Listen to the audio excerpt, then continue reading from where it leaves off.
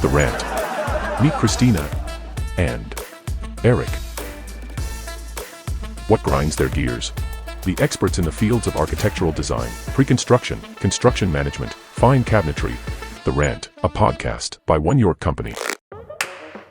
That was good. I can't. My thumbs are... Look at the blisters. What's that from? Let's just say I got really good hand-eye coordination. No. Inevitably, this is how we always start. It's from the batting cage. 34 seconds. Is that what you call it? Yeah. Yeah. Name of my sex tape. Swinging the bat. This is a construction podcast, not a dick joke podcast. Imagine there was a dick joke podcast. There probably is. Oh, there is. I'm sure there is. I bet we compete. If we got on the list of dick joke podcasts, I bet we'd be in the top 10 for sure. Okay, yeah, well, episode 12. We got that one right this time. Episode 12. Right? Short and sweet. A quickie. What's happened since the last time Oh my God, so much. we did a podcast? It's been 3 weeks. It's almost been like a month, I No. think. I feel like, yes. I feel like That's time really- has no place in my life. I don't know. It goes fast, and then all of a sudden it's like, feels like it takes forever. But Yeah, fast, slow. fast, stop. Right? Yeah, it only stops at the stressful points, though. No, it's like, and hold here, please. It's like being in a squat, a wall squat. Yeah, you're like, Like, okay, and anytime now. right? So what are we talking about? Let's cover off high-level shit that we could potentially talk about.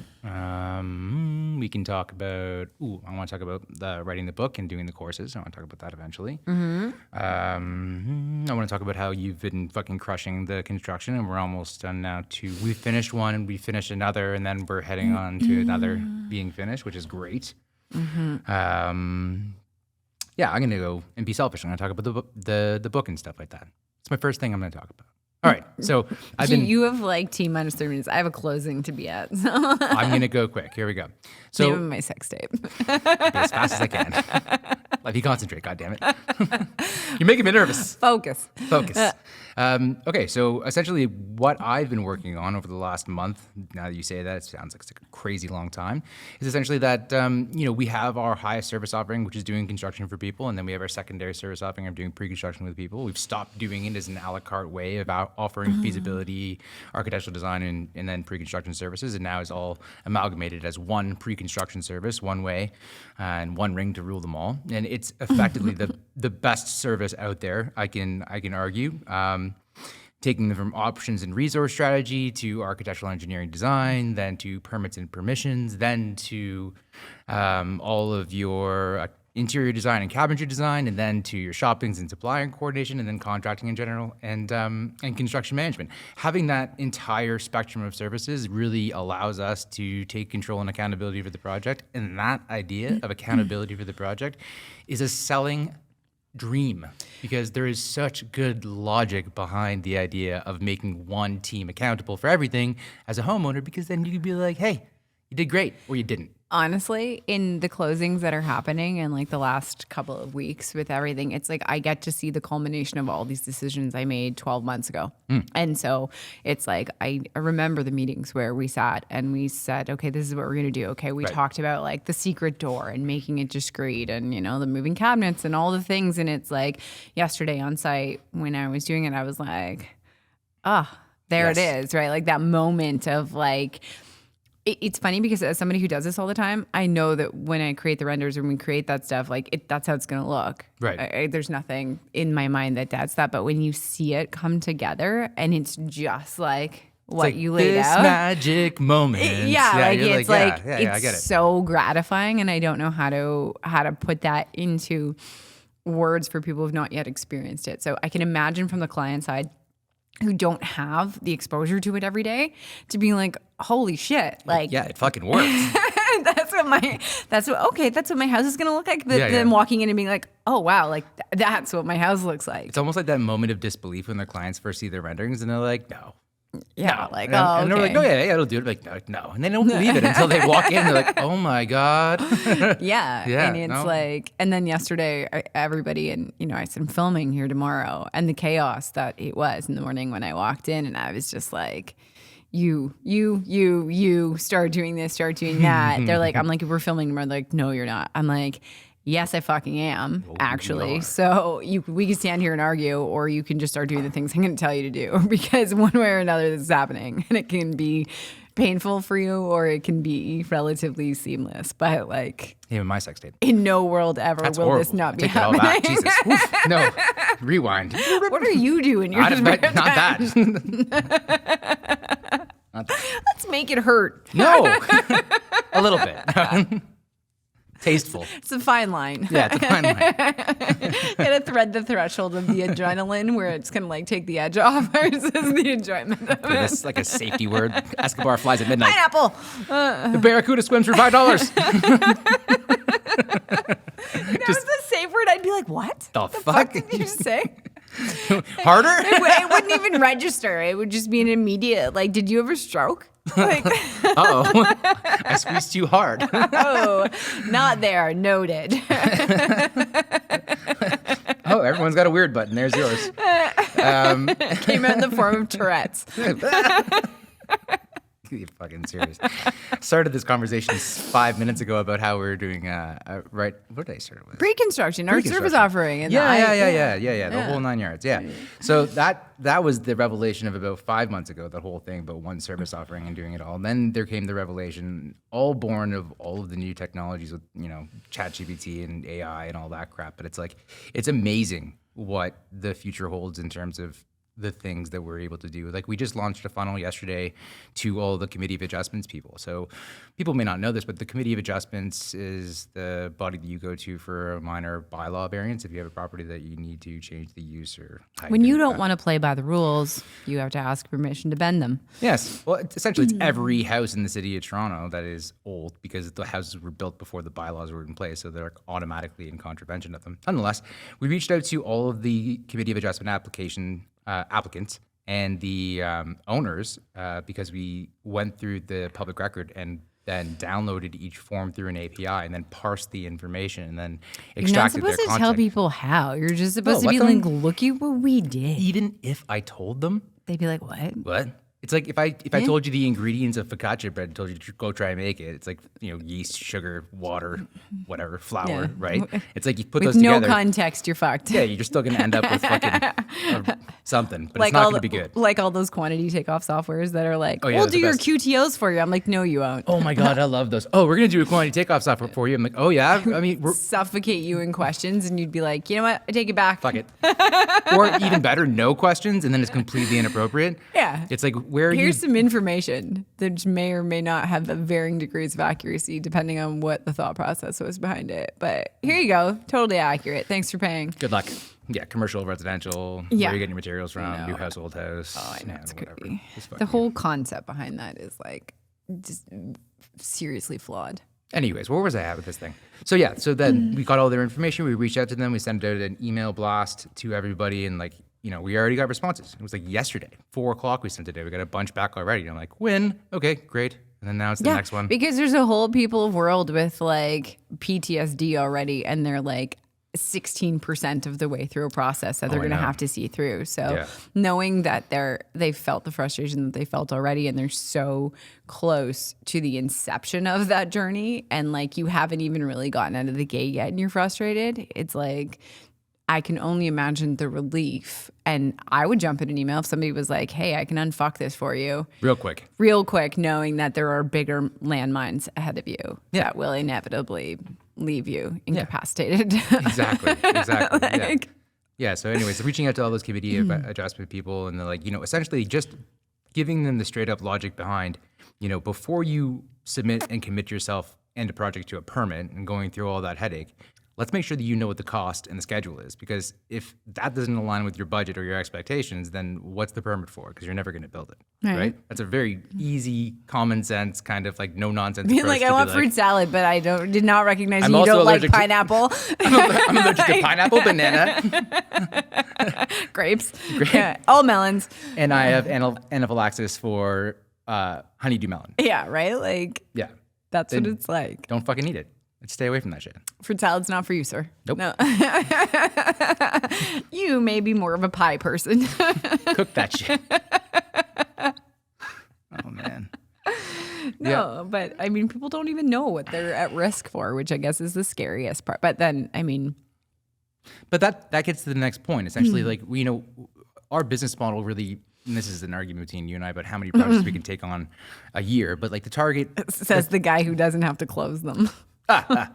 So right. Anyways, like, so the idea here is like in a dream world, it'd be like 12 construction projects, 1 closing every month, or 11 because December sucks. And then it would be, 48 pre-construction a year. And then that would be 1 for every week, except for once again, December, because December is more about not that. Do you know that if I closed a project every month, I would never be able to take a vacation because I would always be so close to everything falling apart in that last leg of the race that I wouldn't eventually just like. I have a 3-syllable word for you. Delegate. That's what your problem is. I have a 3-syllable word for you. Maybe it's 4. Incompetence. I think it's 5. Incompetence. That's 4. 4. Yeah. 4. I counter your delegate with incompetent. I see your delegation. I raise you. Incompetence. If it were only that simple, I'd be doing it. Yeah, well, we're doing our best. We're training them up. That's it. That's it. Like, that's it. And like, it's great because like we're getting into that, we're stepping really into the stride of the pre-construction now because we're working with other general contractors. We work with, Jeff Harvey, and he's doing fucking awesome. He's a rock star. And then we met with BVM Contracting today, who's representing another client in construction, and that's like, they're great. It's funny, my last house that I did with my own equity was right around the corner from where he lives and his family lives, like literally right around the corner. Nice. Yeah. And so like I've, made eye contact with him more than once, like kind of like just passing by, but that was like 2017, which is like when you say it out loud, like that's like creeping in on a decade ago. I mean, it's not quite, but still it feels like a billion years ago, doesn't it? Mm-hmm. 2017, I feel like a different person. 2017, what did I do? I got divorced that year. Yeah. I was like, why is that significant? And I'm like, oh, yeah. That's it. And I was like, free. Kid's birthday. Yeah, freedom. Yeah.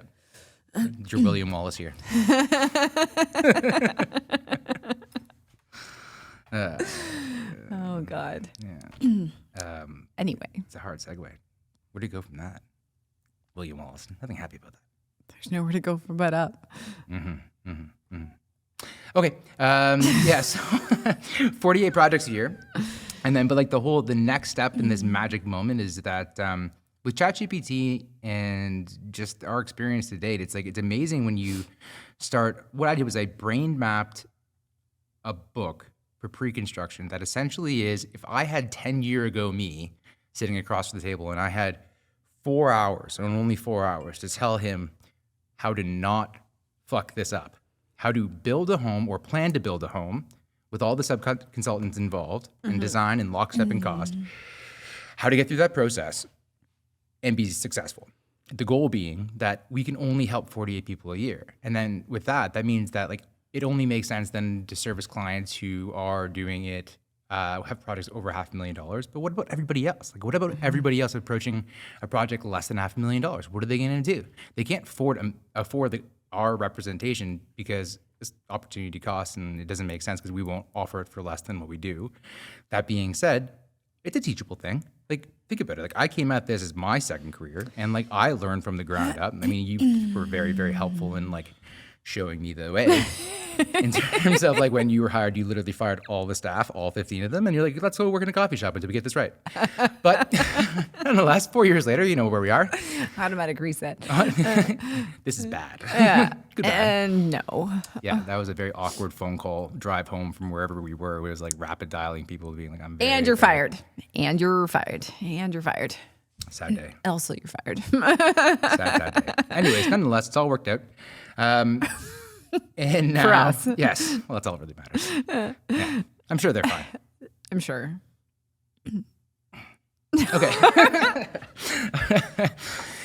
Oh, fuck, man, am I losing my train of thought? Okay, yeah. So the next step is like, what are we doing with all these people who need our assistance? And the answer is training program. I'm writing a book with your help, and we are putting it together insofar as that we are going to create a book that shows them how to manage the sub-consultants and those kind of 6 steps that I ran through, and I'm not going to say again, but essentially not those buckets of knowledge within options and resource strategy, engineering, and architectural design, but how to bridge the gap between those sub-consultants, what questions need to be asked. Because it's all about asking the right questions and having a professional answer them truly. Yeah, like you can't help everybody, but what we can do is provide guidance for people who are going to embark down this journey on maybe a lesser scale, that it helps them avoid the pitfalls, right? Like if you can acknowledge what the missteps might be and at least have that on your radar, like not saying it's going to help you prevent all of them. It's not going to be perfect. Yeah, but it's certainly going to give you a better chance at being successful throughout this journey than you would have been if you were just kind of, raw dogging it on your own there. Raw dog. Really? That was what you just, that was the term. Okay. It's Friday. Wow. Just in case. That's a Friday answer. That's a fucking Friday. Friday. Yeah. Yeah. It's like, anyways, what we're trying to do is try to create like an orderly system. You know why that was in my head? Because the electrician threw it down probably like 6 times yesterday. Raw dogging it? Mike? Andrew? Yeah. Oh my God. And I was in reference to like, what though? Raw dogging what? Hopefully nothing electrical, for God's sakes. No. He's I think that's a special kind of fetish. No. Yeah. It was talking about giving birth without an epidural or something without. Anyway, that's where it stems from. So I blame him fully. That's fair enough. I mean, listen, raw dogging it does lead to birth without epidurals, I suppose. I can see how that's circular. That can be an outcome. Yeah. Right. So hold on. What I was trying to say was we're going to try to give people an orderly system of interpretation when it comes to what they need to get through to be successful. It's going to be far more professional than this podcast, just so you know. And it will be far more coherent. But the goal is going to be essentially taking that book, which is, I feel like it's a necessary step, but it's funny. I did the brain mapping for it on the board, and then I've been running it through ChatGPT and iterations and developing the tone and style guide. And it's like, I'm really enjoying that process. And it's amazing with the technology, what's coming out, because it's able to just take out so much more information. And it's not like, it comes out very bland, right? But it gives enough stimulation to me and my experience with things to create the anecdotes that were my learning lessons around it, which is really quite fun to share, because it's like, man, oh man, when you talk about financial landmines, if I stepped on a bunch, like, you know what I mean? It's like, I do know. Oh, you know. I know. Yeah. I'm pretty brazen when it comes into walking into that minefield, but it's like, I know where they all are now. I've charted a really great path behind me. Yeah. So for everyone who's following, I blew them all up on my own, so now there's nothing left for you. You just follow along behind. Yeah. I took the belly drag approach to clearing this minefield. Just, butt scuttled around the field, and then, You know what I think the benefit too of the ChatGPT aspect of it is that you and I think at such a detailed level, and there's so much information, and for us, like, our normal is not everybody else's level of absorption. And I think that in hopes of teaching people really thoroughly, are quite overwhelming most of the time. And so ChatGPT and like using that avenue to help create these things helps bring it to a method of delivery that has a higher absorption rate for people in terms of the information that's coming across. And so it's more useful to them because it's a more streamlined approach. It's like taking, like, I'll give you there's no rabbit hole to get lost down. So but it's all navigatable,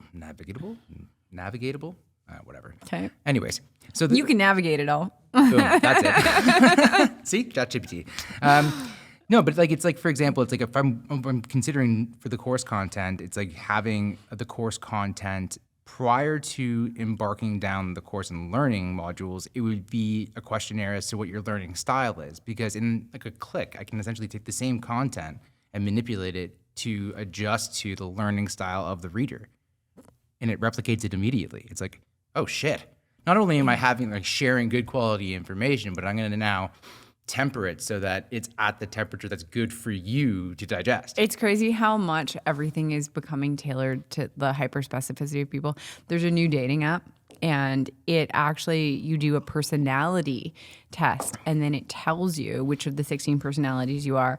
And then when somebody likes you, it shows what their personality type is based on their profile relative to yours, and what the likelihood of success would be if you were to match, because you're just like, you're too different, or but you're going into it aware, and you can set it as, there's a filterable part of it where you can say, only show me the personality types that are considered compatible.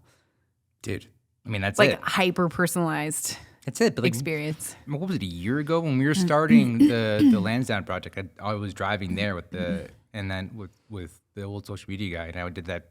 Which one? Hurricane. We name all of our social media people after natural disasters. So it was Hurricane. I'm not going to say the name because it's Bad News Bears. But anyways, okay. What was I saying? Oh, I did the thing on hyper customization, and that was like before ChatGPT was like a thing. We're like really like mainstream, and it's like, it's amazing because it really is. Everything is becoming hyper customized, and like even we're heading there with the cabinetry of the company and all that kind of stuff. Like we did a moving island at Lansdowne. I know that like when I saw that in person, I was like, oh my god, you did it! No way you did this. Do you know it's what amazing. Dad said to me? He was like, he's like, it worked. He's like, now we can do this more. Like he wasn't even sure, like, the amount of research that went into this. And like, I bought the tracks, I did the weight calculations. I was like, this distance 6 weeks with Bishop Wise Carver back and forth. And they're like, do you even know what the fuck you're talking about? I'm like, listen, just do it. Like, I'm confident. Just give me the things I'm asking for. I'm fucking confident in this. Yes.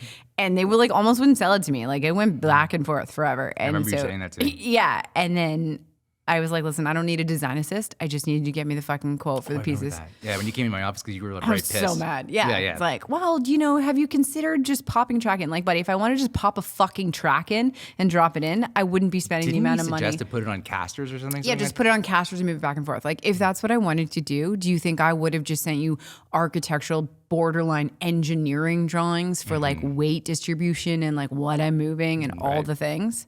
Like, piss off with that. No, fuck you. Assume that I'm not an idiot. Thanks. Anyway, I'm not an idiot. It worked really well. It turned out like super cool. But I think Stas, even until they were in, was like, are you sure this is going to work? And I'm like, yep. I love that. Pretty sure. But that Eastern European doubt is what makes the world go round. You know what I mean? Like, he was like every second he's like stares, like, the kind of carpenter like stares and looks at it and doesn't make a fucking move at all. Just stares at it for like a good like minute and a half, and you think he's like catatonic, and then all of a sudden he like does one thing. He's like, this will work.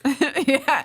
And so now he's like, after did it, he was like very impressed at how well it works, and then he was like, now you can do this as like a regular thing. Just so for all the people who don't know, what we achieved was essentially, we have a client, and he is a very tough looking dude.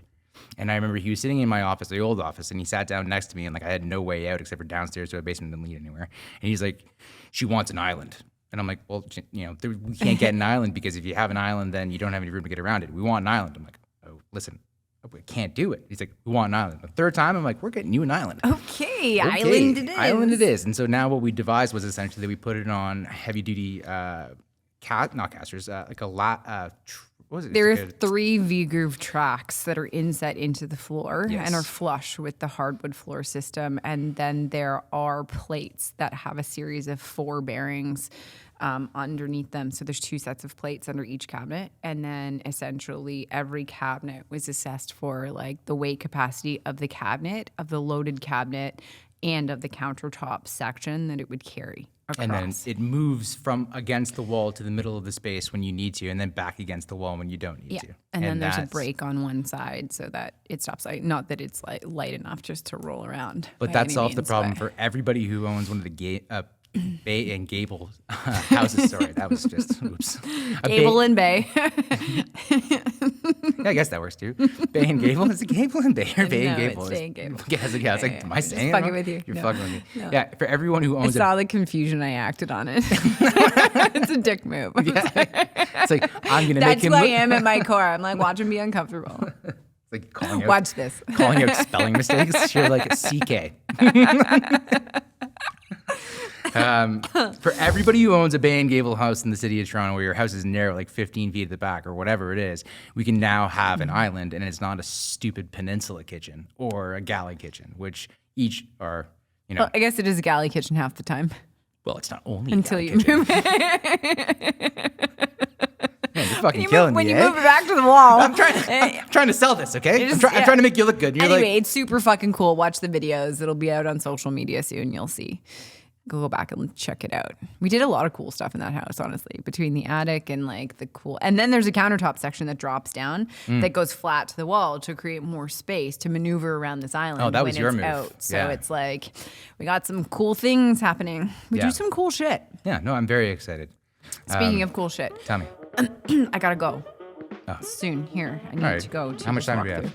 It's 11:44. I gotta be there at 12:15. It's across the city. Where are you? You do the math, Lansdowne. Oh, you got to go Lansdowne right now?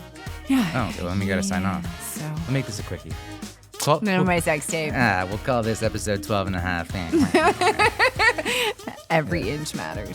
Oh my God, not a 12 and a half. Jesus, I'm going to faint. See that TikTok that I say the window? I gotta find it. The girl when she's like, "What are we doing with this? Like this? Everybody wants this, but it's like, what are you? This is what matters. Where Like, are you what- putting yeah, this? Where are you putting this? Where is this going? It's like nowhere because you have a finite distance. So, anyway, on that note, On that note, 12 and a half it is. Good night.